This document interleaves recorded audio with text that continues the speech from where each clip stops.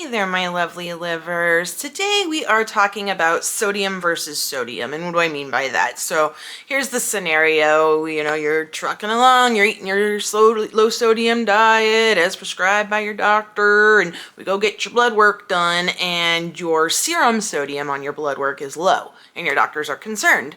So obviously our first instinct would be, well, I should just up the sodium that I'm eating, and then that'll balance everything out. That actually is not what we do when we have cirrhosis. We have to take another approach, and this is why. So what happens in a normal, healthy liver, if you eat something, really sodium packed, it does go into your blood and it raises your blood pressure. So that's why we all know, like, if you have regular high blood pressure, reduce your sodium that you eat and it will balance it out.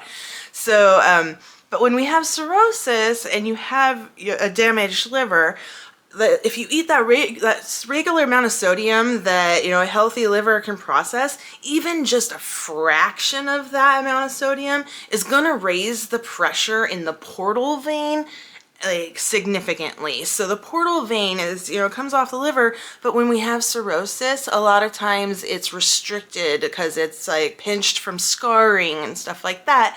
So there's very little blood flow that comes through. So if that pressure is really increased even by a little bit of sodium, then the portal vein relieves that pressure by leaking into the peritoneal space, which is your abdomen, which causes ascites, or it, can cause varices because, it can cause those blood vessels to, protrude out of the portal vein.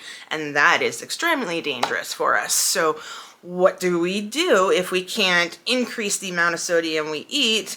So what we have to do is approach it from the other direction, is to restrict the amount of fluids we're bringing into our body to concentrate the amount of sodium that is already in our blood. So I've been through this situation. I know it well. I was actually hospitalized for low sodium and high potassium.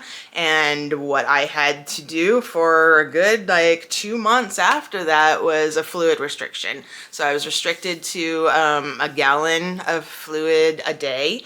And when you're on fluid restriction, that also includes any foods that will become liquid at room temperature. So things like yogurts, smoothies, things like that. When you eat them, if they become liquid in your stomach, or if you sat them at room temperature, they would melt. So you have to take that into consideration with your fluid intake. It's rough, but that's really the only way. We cannot eat more sodium because it's going to raise that portal vein pressure, and that is absolutely detrimental to us as cirrhosis patients. That's what we're trying to alleviate. So fluid restriction is the answer. Unfortunately, as always, talk with your doctor. They could have different methods for you, different, amounts of fluids, whatever. I'm not your doctors, but please talk to them. But that's what happened to me. That's what happens pretty commonly with most people when they have low blood sodium. So I hope that helps explain it a little bit more. If you have any questions, comments, please put them down below. Subscribe, share. So hopefully we can get this information out to more people who need it. I hope I find all of you feeling healthy today, and thank you so much for joining me. We'll talk to you soon.